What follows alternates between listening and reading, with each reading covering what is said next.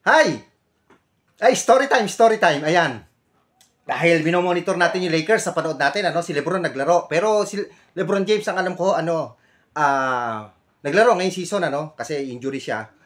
Less than 15 lang alam ko na shoot ni LeBron James at maraming assist. Nanalo po ang Lakers. Ang Lakers, 140. Ang score, ang Utah Jazz, 127. Pero alam nyo kwento ko lang konti.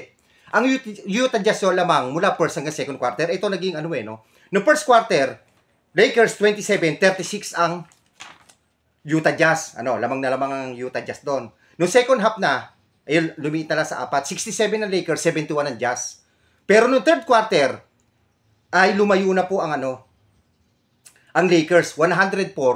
Although hindi naman malaki, 104-93 ang score ng Lakers noong third quarter. At ayun nga hindi na nakabangon ng Utah Jazz, nanalo ang Lakers sa score na 140, ang Lakers 127 sa Utah Jazz. So panalo ang mga Lakers fans dyan. Si LeBron naglalaro na. Yan. Tapos, yung huli nating game na Phoenix Suns laban sa Trailblazer. Nanalo ang Phoenix Suns. 127 ang Phoenix, 110 ang Trailblazer. Ayan. Ano pa ba naglaro? Reveal natin. Yung San Antonio Spurs, 111 kontra Grizzlies Memphis, 101. Okay? Panalo ang San Antonio Spurs. Yung Celtics fans, ayan, nanalo ang Celtics, 113. 99 ang Brooklyn Nets.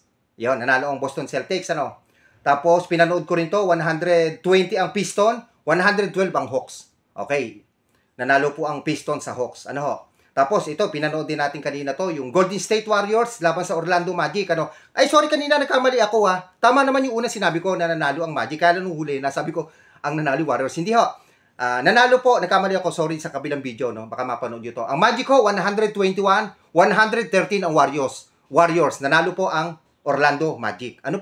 Yan. Standing nga ng Warriors, ang Warriors 9-7, 9 win, 7 loss. Ang Magic po ay 8-7, 8 panalo, 7 talo. Ang Pistons, 13-2, 13 panalo, 2 talo. Tapos ang kalaban nila kaninang Hawks, 9-6. 9 wins, 6 losses. Boston Celtics, 8-7. 8 panalo, 7 talo. Brooklyn Nets, naiiwan na. 2 panalo, 12 talo.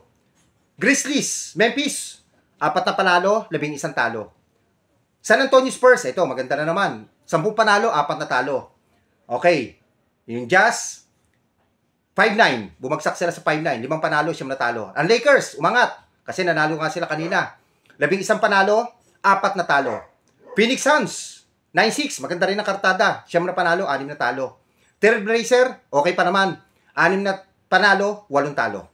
Okay, yan ang mga kaganapan sa NBA. 6 games ang naglaro ngayong araw ng Wednesday, Wednesday dito sa Pilipinas.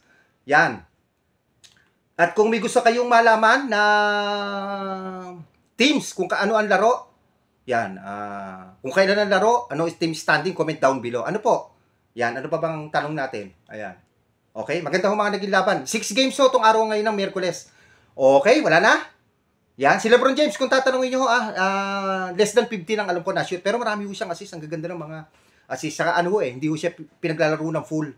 So, base kanina, sinasabi ng mga commentator, ay lilimitahan lang talaga ang kanya munang minuto, So, nung first half nga naglaro lang siya ng siguro mga around 3 to 4 minutes tapos nilabas. Ayun, tapos second half na ata siya, yung second quarter siya binalik. Opo, ayun. Yan ang naging istorya po ni LeBron James. Ayun, 41 years old data po si LeBron James Magbe-birthday siya ngayong December. Okay, ayan. Kung may naiso kayo malaman na teams, kung anong laro, sigurado, walang laro ang New York ngayon. Sigurado, malamang, baka bukas meron.